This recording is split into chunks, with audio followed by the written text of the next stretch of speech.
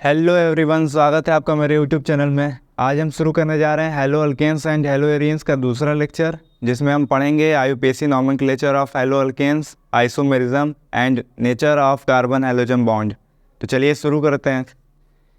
अब जो IUPAC nomenclature है haloalkanes and haloarenes का, यहाँ पे कुछ एग्जांपल्स हैं। उसी एग्जांपल्स के जरिए मैं आपको सारे कॉन्सेप्ट समझाऊंगा। नॉर्मल आईयूपीएसी नॉमेनक्लेचर आप जानते ही होंगे, 9th 10th में पढ़े हैं, 11th में भी पढ़े हैं। अल्केन्स का, अल्कीन्स का, अल्काइंस का, ये सब आप पढ़ चुके हैं। अब यहाँ पे हैलो अल्केन्स का नॉमेनक्लेचर करना है, तो सबसे पहले एग्जांपल से शुरू किया जाए। यहाँ पे पहला एग्जांपल है CH3CH2Br। तो हैलो अल्केन्स का जो नॉमेनक्लेचर होता है, हैलो की जगह पे हमें रखना है जो हैलोजन वहाँ पे लगा हुआ है, और अल्केन की जगह पर जितने नंबर ऑफ कार्बन एटम्स हैं। तो अगर पहला एग्जाम्पल देखा जाए तो इसमें कौन सा हैलोजन लगा है? ब्रोमीन लगा है। और कितने कार्बन है? 2 कार्बन है। नंबरिंग भी हम कर सकते हैं। नंबरिंग वहाँ से होगी जहाँ से हैलोजन नज़दीक हो, तो नंबरिंग होगी यहाँ से 1 और 2। 2 कार्बन की चेन है जिसके साथ क्या लगा है? ब्रोमीन लगा है। तो नाम क्या हो जाएगा? ब्रोमो। 2 कार्बन की चेन है और सारे सिंगल है, इसीलिए एथेन। नाम क्या हो गया? Bromo ethane. दूसरा एग्जाम्पल देखते हैं। अब दूसरे एग्जाम्पल में क्या है? 4 कार्बन की एक चेन है और ब्रोमीन लगा हुआ है। नंबरिंग इधर से भी हो सकती है, इधर से भी हो सकती है। नंबरिंग इधर से होगी क्योंकि इधर से जो ब्रोमीन है वो नज़दीक है। तो 1 2 3 एंड 4। दूसरे पोजीशन पे लगा है ब्रोमो, इसलिए 2 ब्रोमो। 4 कार्बन की चेन है और सारे के सारे सिंगल है, इसीलिए ब्यूटेन। नाम क्या हो गया? 2 ब्रोमो ब्यूटेन। तीसरा एग्जाम्पल देखते हैं। यहाँ भी 4 कार्बन की चेन है। नंबरिंग कहाँ से होगी? उधर से होगी जहाँ से हैलोजन नज़दीक हो, तो नंबरिंग इधर से की जाएगी। 1 2 3 एंड 4। ये हो गई आपकी पेरेंट कार्बन चेन। इसके अलावा जो भी चीज़ें बचती हैं वो होते हैं क्या? सब्स्टिट्यूएंट। उनको एज अ प्रीफिक्स पहले उनका नाम लिखा जाता है। तो दूसरे पोजीशन पे क्लोरीन है और तीसरे पे क्या है? मेथिल है। क्लोरीन और मेथिल में अल्फ़ाबेटिकली जो पहले आएगा उसी का नेमिंग हमें पहले करनी होगी। तो C और M में पहले C आता है, इसलिए हमें पहले क्लोरीन की नेमिंग करनी होगी। दूसरे पोजीशन पे इसलिए 2 क्लोरो। फिर तीसरे पोजीशन पे मेथिल है, 3 मेथिल। कितने कार्बन की चेन है? 4 और सारे के सारे सिंगल है, इसीलिए ब्यूटेन। नाम क्या हो गया? 2 क्लोरो 3 मेथिल ब्यूटेन। चौथा एग्जाम्पल देखते हैं। लॉन्गेस्ट कॉन्टिन्यूस कार्बन चेन हमें लेनी है, वो भी क्लोरीन के साथ। तो यही एक चेन है जो सबसे लंबी चेन है और क्लोरीन एज अ सब्स्टिट्यूएंट यहाँ पर है। नंबरिंग कहीं से भी कर सकते हैं क्योंकि क्लोरीन जो है वो बिल्कुल बीच में है। यहाँ से नंबरिंग कर देते हैं 3 4 एंड 5। नंबरिंग से बच गया क्या क्या? एक ये बच गया, ये बच गया और तीसरा ये बच गया। यानी ये तीनों क्या हो गए? सब्स्टिट्यूएंट हो गए। पहले इनकी नेमिंग करनी होगी।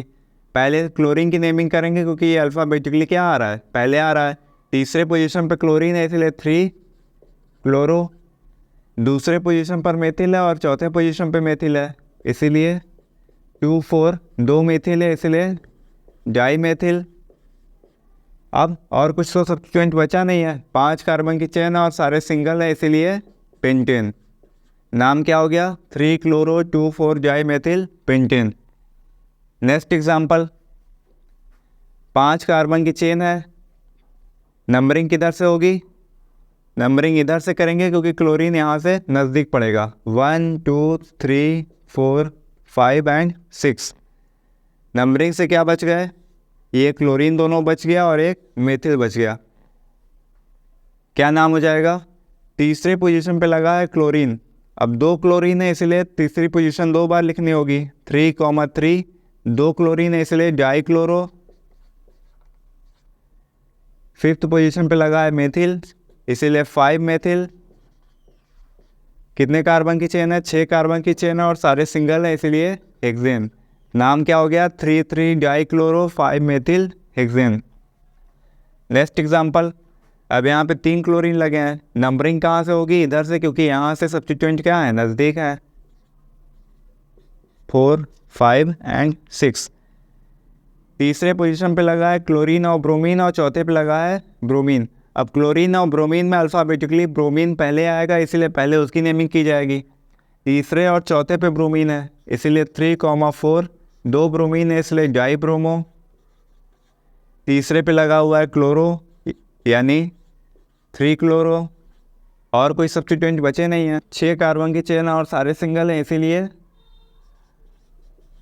हेक्सेन। नेक्स्ट एग्जांपल, अब यहाँ पे देखिए डबल बॉन्ड आ गया है। अगर हम नंबरिंग इधर से करते हैं तो डबल बॉन्ड को दूसरी पोजीशन मिलेगी और इधर से करते हैं तो हैलोजन को दूसरी पोजीशन मिलेगी। तो अगर कभी भी हैलोजन और डबल बॉन्ड का केस आए तो हमेशा डबल बॉन्ड को ही प्रेफरेंस दी जाएगी, यानी हम नंबरिंग वहाँ से करेंगे जहाँ से हमें डबल बॉन्ड नज़दीक मिले। यानी नंबरिंग हो जाएगी ऐसे, 5 कार्बन की चेन है और ये एक सब्स्टिट्यूएंट है, क्या नाम हो जाएगा, 4 क्लोरो। 5 कार्बन की चेन है इसीलिए पेंट, दूसरे पोजीशन पे लगा है डबल बॉन्ड इसीलिए हो जाएगा 2 इन। क्या नाम हो गया, 4 क्लोरो पेंट 2 इन। अब ये जो नेक्स्ट एग्जांपल है ये आपका कंडेंस स्ट्रक्चर है। जो कंडेंस स्ट्रक्चर होता है उसमें क्या होता है, कार्बन और हाइड्रोजन को नहीं दिखाया जाता, बाकी एलिमेंट्स को दिखाया जाता है। तो यहाँ पे जो चीज़ें नहीं दिखाई गई हैं इसका मतलब यहाँ पे क्या है, कार्बन है और उसकी वैलेंसी सेटिस्फाइड है किससे, हाइड्रोजन से। अगर इसके स्ट्रक्चर को ध्यान दिया जाए तो एक ऐसा स्ट्रक्चर होगा, यहाँ पे कार्बन है, फिर यहाँ बेंच पे कार्बन, फिर यहाँ कार्बन, फिर यहाँ कार्बन, कार्बन से लगा है क्लोरीन, फिर इधर कार्बन और डबल बॉन्ड, फिर इधर कार्बन। अब जो कार्बन की वैलेंसी बची है उसको हाइड्रोजन से पूरा करना होगा। एक बॉन्ड यहाँ बना चुका है, 3 और बनाएगा किससे, हाइड्रोजन से। 2 बॉन्ड यहाँ बनाया है, 2 और बनाएगा हाइड्रोजन से। यहाँ पे भी CH2 हो जाएगा। यहाँ पे 3 ऑलरेडी बने हैं, एक और हाइड्रोजन से बनाएगा। यहाँ भी 3 बन चुके हैं, एक और यहाँ हाइड्रोजन से बनाएगा और यहाँ पे 2 हाइड्रोजन जुड़ेंगे। तो अब इसकी नंबरिंग कैसे होगी, नंबरिंग वहाँ से होगी जहाँ से डबल बॉन्ड नज़दीक हो। 1 2 3 4 5 एंड 6। 6 कार्बन की चेन है, क्लोरीन तीसरे पोजीशन पे लगा है, नाम क्या हो जाएगा, 3 क्लोरो। 6 कार्बन की चेन है इसीलिए हेक्स, पहले पोजीशन पे लगा है डबल बॉन्ड इसीलिए 1 इन, नाम क्या हो गया, 3 क्लोरो हेक्स 1 इन। नेक्स्ट एग्जांपल देखिए, इसका जो स्ट्रक्चर है वो कैसे होगा, कार्बन बॉन्ड, फिर यहाँ पे कार्बन, फिर सिंगल बॉन्ड, फिर कार्बन, बीच में क्या है, डबल बॉन्ड है, फिर कार्बन, इस कार्बन से लगा है Cl और इस कार्बन से लगा है कार्बन। यानी इस ऐसे स्ट्रक्चर में क्या होता है, जहाँ पे भी बेंट हो, जहाँ पे भी कॉर्नर हो, वहाँ पे कार्बन मान लिया जाता है। और कार्बन की वैलेंसी सेटिस्फाइड होती है किससे, हाइड्रोजन से।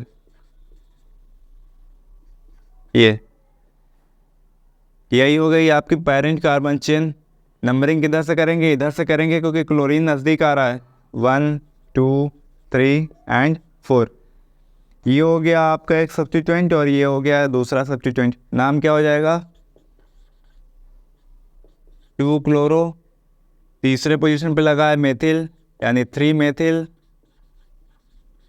4 कार्बन की चेन है इसलिए ब्यूट, दूसरे पोजीशन पे डबल बॉन्ड है तो 2 इन, नाम क्या हो गया, 2 क्लोरो 3 मेथिल ब्यूट 2 इन। अब देख लेते हैं हेलो एरीन्स का IUPAC नॉमेनक्लेचर। तो हेलो एरीन्स का नॉमेनक्लेचर में क्या करते हैं, हेलो एरीन्स का मतलब जो हेलोजन है वो किससे जुड़ा होगा, बेंजीन रिंग से जुड़ा होगा। तो जो भी हेलोजन जुड़ा है उसको हम लिखेंगे ब्रोमीन जुड़ा है इसीलिए ब्रोमो, किससे जुड़ा है, बेंजीन से, इसलिए क्या हो जाएगा, बेंजीन, नाम क्या हो गया इसका, ब्रोमो बेंजीन। दूसरा एग्जाम्पल, अब यहाँ पे 2 ब्रोमीन प्रेजेंट है, तो अगर 2 ब्रोमीन प्रेजेंट है तो इसकी नंबरिंग करनी होगी 1 2। पहले पे ब्रोमीन है और दूसरे पे ब्रोमीन है इसीलिए 1 2, 2 ब्रोमीन है इसलिए डाई ब्रोमो, इससे जुड़ा है बेंजीन से इसीलिए बेंजीन। क्या नाम हो गया, 1 2 डाई ब्रोमो बेंजीन। लास्ट जो है यहाँ पे नंबरिंग ऐसे हो जाएगी 1 2 3 एंड 4। ब्रोमीन 3 है, किस किस पोजीशन पे है, पहले दूसरे और चौथे पोजीशन पे, क्या हो जाएगा 1 2 4। 3 ब्रोमीन है इसीलिए ट्राई ब्रोमो, इससे जुड़े हैं बेंजीन से इसीलिए बेंजीन, नाम क्या हो गया 1 2 4 ट्राई ब्रोमो बेंजीन। तो अब बात कर लेते हैं आइसोमेरिज्म की। आप जानते हैं आइसोमर्स क्या होते हैं, ऐसे कंपाउंड जिनके मॉलिक्यूलर फार्मूला सेम हो लेकिन उनके जो प्रॉपर्टीज़ हैं वो डिफरेंट हो। अब हेलो अल्केन के केस में हमें क्या देखना है, ऐसे कंपाउंड जिनके मॉलिक्यूलर फार्मूला सेम हो लेकिन स्ट्रक्चर डिफरेंट हो, उन्हें कहेंगे आइसोमर्स। जैसे अगर एक एग्जांपल लिया जाए C3H7Br, अगर हमें इसी का आइसोमेरिक स्ट्रक्चर्स बनाने हो तो कैसे बनेंगे? सबसे पहले ये क्या है? ब्रोमोप्रोपेन है, 3 कार्बन है ना, तो ब्रोमोप्रोपेन है। स्ट्रक्चर कैसे बनेगा? CH3 CH2 CH2 Br। कितने कार्बन हो गए? 3 कार्बन हो गए, 7 हाइड्रोजन हो गया और एक ब्रोमीन। इसी स्ट्रक्चर को हम एक और तरीके से बना सकते हैं। ये अगर देखा जाए तो दोनों कंपाउंड्स का जो मॉलिक्यूलर फॉर्मूला है वो क्या है? C7H7Br है, लेकिन दोनों के स्ट्रक्चर डिफरेंट है। स्ट्रक्चर डिफरेंट होने की वजह से इनकी प्रॉपर्टी भी अलग होगी। तो ऐसे कंपाउंड जिनके मॉलिक्यूलर फॉर्मूला सेम होता है लेकिन प्रॉपर्टीज़ अलग होती हैं, उन्हीं को कहा जाता है आइसोमर्स। तो अगर ब्रोमोप्रोपेन की बात करें तो वो 2 तरीके के स्ट्रक्चर शो कर सकता है, यानी नंबर ऑफ आइसोमेरिक स्ट्रक्चर इसके क्या हो जाएंगे? 2 हो जाएगा। उसी तरीके से अगर बात की जाए ब्रोमोब्यूटेन की, C4H9Br, 4 कार्बन है। अब अगर हमें इसमें यह देखना है कि कितने आइसोमेरिक स्ट्रक्चर्स बनाएगा, तो सबसे पहले हम क्या करते हैं? ब्यूटेन के आइसोमेरिक स्ट्रक्चर बना लेते हैं। ब्यूटेन यानी C4H10। इसका अगर हम स्ट्रक्चर बनाए तो कैसे बनेगा?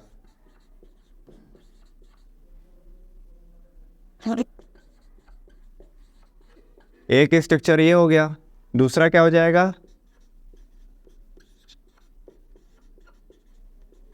एक ये बन सकता है। अगर हम ब्यूटेन की बात करें तो ब्यूटेन 2 आइसोमेरिक स्ट्रक्चर शो कर सकता है, लेकिन अगर ब्रोमोब्यूटेन की बात करें तो क्या हो सकता है?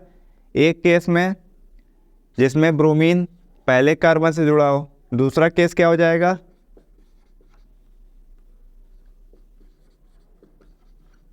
दूसरे केस में ब्रोमीन दूसरे कार्बन से जुड़ा हो। फिर यहाँ पे क्या हो सकता है? एक ब्रोमीन यहाँ जोड़ दिया जाए। एक और केस क्या हो सकता है?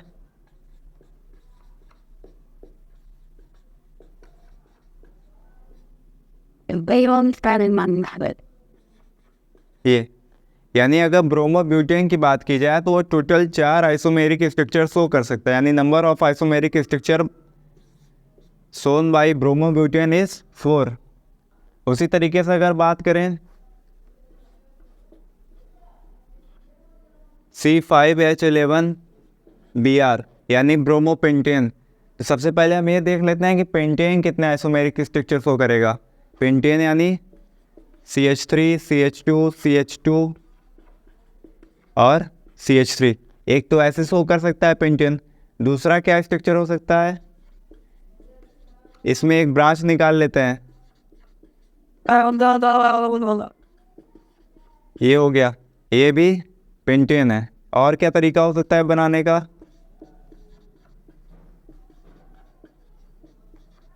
ये यानी अगर हम पेंटेन की बात करें तो पेंटेन टोटल 3 तरीके के आइसोमेरिक स्ट्रक्चर शो कर सकता है।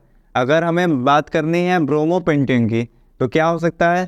पहला स्ट्रक्चर तब बन सकता है जब ब्रोमीन यहाँ जुड़ा हो, दूसरा यहाँ जुड़ा हो, तीसरा स्ट्रक्चर कब बनेगा? जब यहाँ जुड़ा हो। यानी पहले कार्बन से जोड़ने पर एक आइसोमर, दूसरे पे जोड़ने पर एक आइसोमर और तीसरे से जोड़ने पर एक आइसोमर।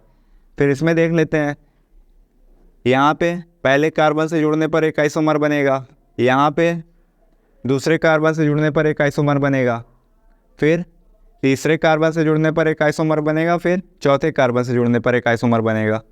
उसी तरीके से अगर इसमें बात करें तो सिर्फ यहाँ पे जुड़ने पर एक आइसोमर बनेगा। यानी टोटल कितने आइसोमर बन गए? 3 आइसोमर इधर से हो गए, 4 आइसोमर इस स्ट्रक्चर से बन गए और एक आइसोमर इस स्ट्रक्चर से बन गया। टोटल कितने हो गए? 8। यानी अगर हम देखें ब्रोमोपेंटेन कितने आइसोमेरिक स्ट्रक्चर शो कर सकता है, टोटल कितने होंगे? 8। तो इस तरीके से हम किसी भी कंपाउंड के आइसोमेरिक स्ट्रक्चर्स निकाल सकते हैं। अब बात कर लेते हैं nature of carbon halogen bond. Nature of carbon halogen bond, तो जो कार्बन और हैलोजन का बॉन्ड है वो पोलर नेचर का है। आप जानते हैं हैलोजन से यहाँ पे यक्स का मतलब क्या है? हैलोजन्स है, और पूरे पीरियोडिक टेबल में हैलोजन्स की इलेक्ट्रोनेगेटिविटी हाई होती है। यानी अगर हैलोजन कार्बन के साथ जुड़ा हुआ है तो क्या करेगा? इसके इलेक्ट्रॉन्स को अपनी तरफ खींचेगा, और अगर अपनी तरफ खींचेगा तो हैलोजन पे क्या आएगा? पार्शियल माइनस, और कार्बन पे क्या आएगा? पार्शियल प्लस, और उसमें क्या जनरेट हो जाएगी? पोलैरिटी। इसीलिए कार्बन और हैलोजन के बीच का जो बॉन्ड होता है वो पोलर होता है। अगर हम कार्बन और हाइड्रोजन के बीच की बॉन्ड लेंथ की बात करें तो वो ग्रुप में अप टू डाउन जाने पर इंक्रीज़ होता है। जैसे फ्लोरीन है, क्लोरीन है, ब्रोमीन है और आयोडीन है।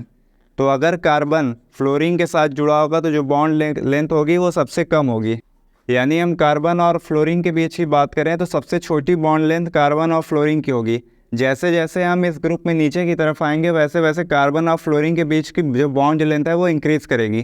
कार्बन और क्लोरीन के बीच थोड़ा बड़ा बॉन्ड होगा, कार्बन और ब्रोमीन के बीच उससे भी ज़्यादा बॉन्ड लेंथ होगी, और सबसे ज़्यादा बॉन्ड लेंथ किसके बीच होगी? कार्बन और आयोडीन के बीच। अब ऐसा क्यों होता है?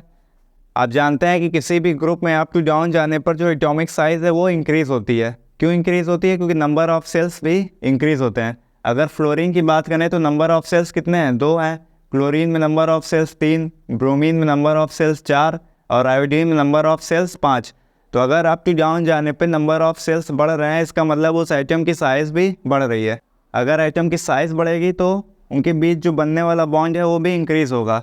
इसीलिए हैलोजन ग्रुप में अप टू डाउन जाने पर कार्बन और हैलोजन के बीच की जो बॉन्ड लेंथ है वो क्या होती है? इंक्रीज़ होती है। और जैसे जैसे बॉन्ड लेंथ इंक्रीज़ होगी उनकी जो बॉन्ड इंथैल्पी है वो डिक्रीज़ होगी। ऐसा क्यों होगा?